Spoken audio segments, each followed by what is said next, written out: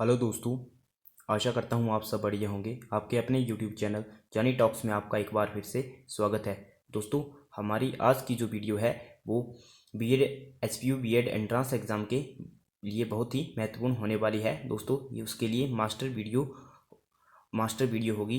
BEd entrance exam के लिए रामबाण वीडियो सिद्ध होगी, क्योंकि इसमें हम डिस्कस करने जा रहे हैं 50 से ज़्यादा बहुत ही महत्वपूर्ण प्रश्न, जो कि teaching aptitude commission, Himachal GK और हिंदी से संबंधित रहेगी। तो दोस्तों, अगर आप हमारे चैनल से पहली बार जुड़ रहे हो तो प्लीज़ चैनल को सब्सक्राइब करना ना भूलें। तो दोस्तों, चलिए शुरू करते हैं आज की वीडियो। तो दोस्तों, आपका पहला प्रश्न है टीचिंग एप्टीट्यूड से संबंधित है। तो पहला प्रश्न है, अध्यापक के लिए सबसे मूल्यवान है। तो दोस्तों, आपको बताना है अध्यापक के लिए सबसे मूल्यवान क्या है। तो दोस्तों, अध्यापक के लिए सबसे मूल्यवान है छात्रों का विश्वास। तो इसका जो ऑप्शन सी है वो सही रहेगा।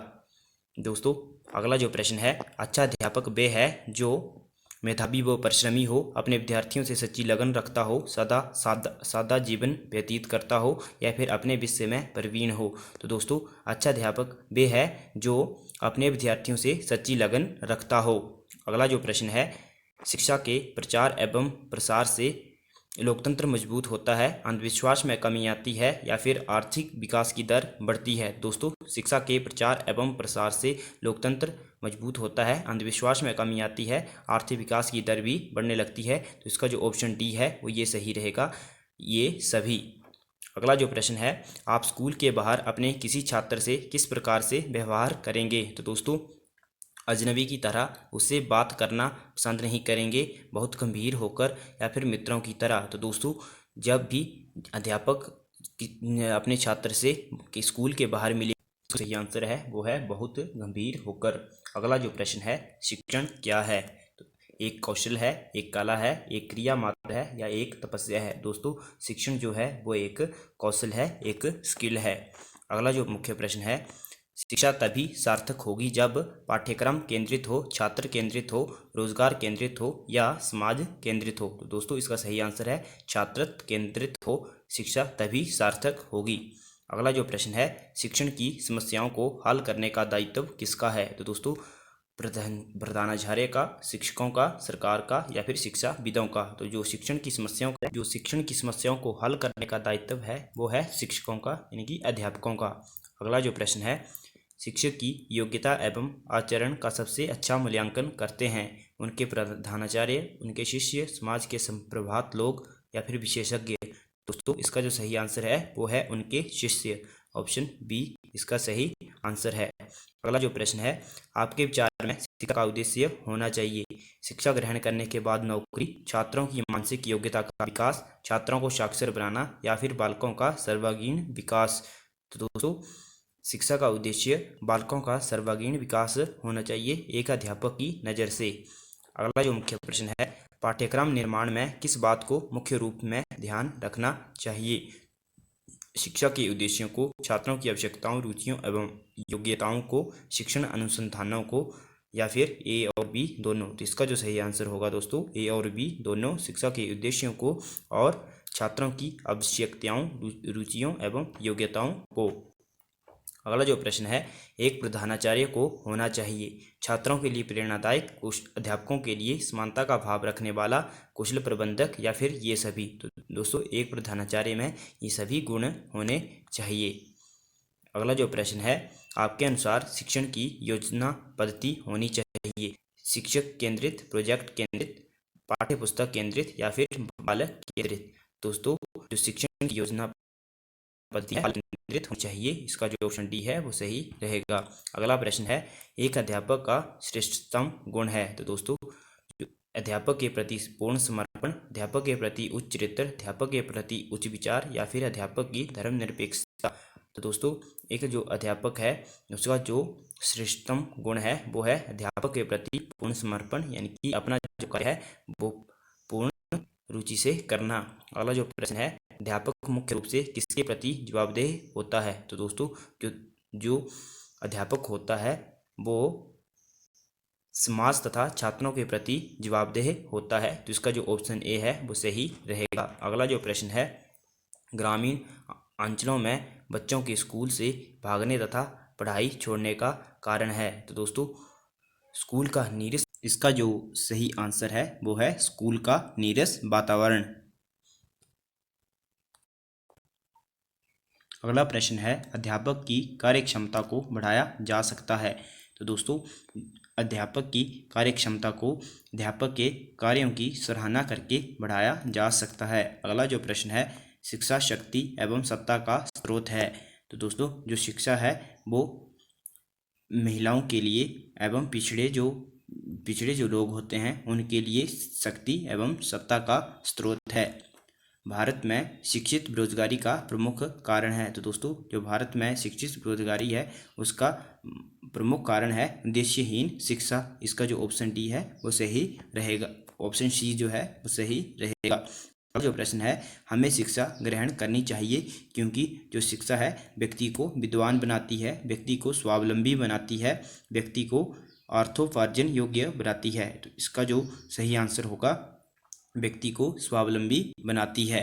अगला जो प्रश्न है किस प्रकार का कक्षा नेतृत्व सबसे उत्तम माना गया है।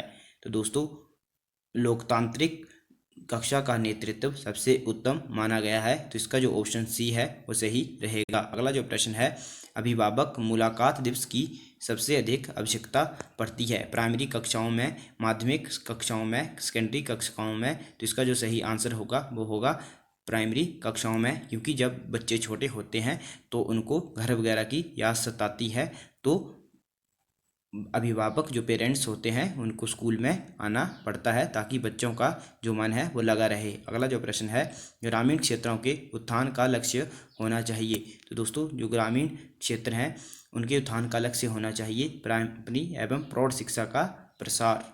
प्रौढ़ शिक्षा वो होती है जो दोस्तों अनपढ़ों को पढ़ाया जाता है शुरू से। अगला जो प्रश्न है प्रधानाचार्य अपने अध्यापकों से आशा करता है कि समर्पण एवं निष्ठा की, आज्ञा पालन भाव की, योग्यता एवं ज्ञान की, या फिर ये सभी। दोस्तों जो प्रधानाचार्य होता है वह अध्यापकों से इन सभी की आशा करता है, समर्पण एवं निष्ठा, आज्ञा पालन भाव की, योग्यता एवं ज्ञान की। अगला जो प्रश्न है अभिभावक अपने बालकों के लिए अध्यापकों से आशा करते हैं निष्पक्ष व्यवहार की, सहानुभूति एवं प्रेम की, योग्यता एवं ज्ञान की। तो दोस्तों इसका जो सही आंसर है वो है निष्पक्ष व्यवहार की एवं सहानुभूति एवं प्रेम की, दोनों। अगला जो प्रश्न है यदि आपसे किसी गंभीर विषय पर भाषण देने के लिए कहा जाए तो आप क्या करेंगे। दोस्तों इसका जो सही आंसर है सहर्ष तैयार हो जाएंगे। तो इसका जो ऑप्शन सी है वो सही रहेगा। अगला जो प्रश्न है आज के वैज्ञानिक युग में छात्रों को आध्यात्मिकता का ज्ञान देना पिछड़ापन है, आवश्यक है, अनावश्यक है, या फिर असंभव है। इसका जो ऑप्शन बी है वो सही है रहेगा, आवश्यक है। अगला जो प्रश्न है विद्यालय के सभी कार्यक्रमों में भाग लेना चाहिए क्योंकि इससे सीखने का अवसर मिलता है, व्यक्ति का विकास होता है, आत्मविश्वास के विकास में सहायता मिलती है। तो इसका जो ऑप्शन डी है वो सही रहेगा, ये सभी। अगला जो प्रश्न है किसी भी विषय वस्तु को सरलता से सिखाने के लिए अध्यापक का सर्वप्रथम गुण होना चाहिए। तो दोस्तों प्रभावी अभिव्यक्ति जो अध्यापक है उसका नेचर जो है वो प्रभावी होना चाहिए। अगला जो प्रश्न है विद्यालयों में खेलों के आयोजन का उद्देश्य होता है। तो दोस्तों जो विद्यालय होते हैं उनमें खेलों के आयोजन का उद्देश्य होता है बालक का सर्वांगीण विकास करना। अगला जो प्रश्न है एक छात्र की दृष्टि से विद्यालय में छात्र संघ संगठन के बारे में आपकी धारणा है। तो दोस्तों इससे छात्रों में नेतृत्व की भावना बढ़ती है, यानी कि जो लीडरशिप क्वालिटी होती है वो बच्चों में डेवलप होती है। दोस्तों आप कुछ एक क्वेश्चन हिंदी सेक्शन से डिस्कस कर लेते हैं क्योंकि हिंदी से भी काफ़ी प्रश्न आते हैं। तो दोस्तों आपको बताना है कंकाल और कंगाल युग्म शब्द का क्या अर्थ होता है। दोस्तों जो कंकाल होता है उसे ठठरी और जो कंगाल होता है उसे निर्धन कहा जाता है। तो इसका जो ऑप्शन ए होगा वो सही होगा। अगला जो प्रश्न है यथाविधि में समास है। तो दोस्तों यथाविधि में अव्ययी भाव समास है, इसका ऑप्शन बी सही रहेगा विधि के अनुसार।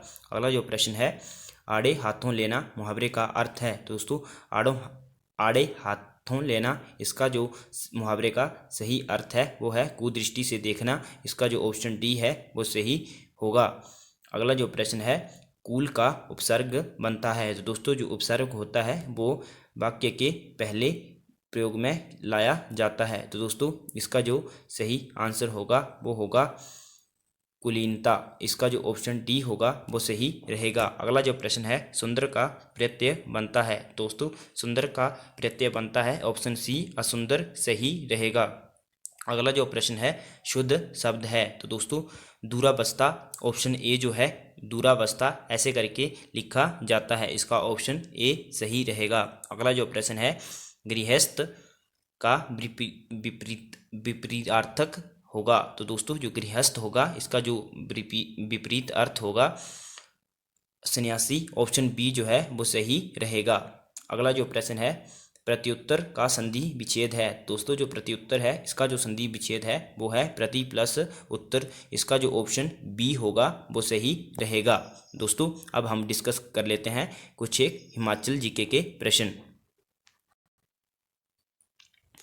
Which of following is not an industrial centre in Solan district of HP. तो दोस्तों इसमें आपको बताना है इनमें से कौन से हिमाचल प्रदेश के सोलन जिले में औद्योगिक केंद्र नहीं है। दोस्तों सोलन, बरोटीवाला, परवाणु और अर्की, ये इनमें से अर्की जो है वो एक इंडस्ट्रियल एरिया नहीं है, तो इसका जो ऑप्शन डी है वो सही रहेगा। अगला जो प्रश्न है, बिलासपुर का सरयू मेला किसको समर्पित है। दोस्तों जो बिलासपुर का सरयू मेला है वो गुग्गा देवता को समर्पित है, इसका जो ऑप्शन बी है वो सही रहेगा। और दोस्तों जो हिडिंबा देवी का प्रमुख मंदिर है वो है कुल्लू में, जिसका निर्माण 1553 ईस्वी में राजा बहादुर सिंह के द्वारा करवाया गया था। अगला जो प्रश्न है, बाबा भलकू रेल म्यूजियम स्थित है। दोस्तों जो बाबा भलकू रेल म्यूजियम है ये शिमला में स्थित है। दोस्तों जो बाबा भलकू राम थे उन्होंने अंग्रेजों के साथ जो कालका शिमला रेलवे लाइन है छड़ी से उन्होंने उस रेलवे लाइन की नपाई की थी।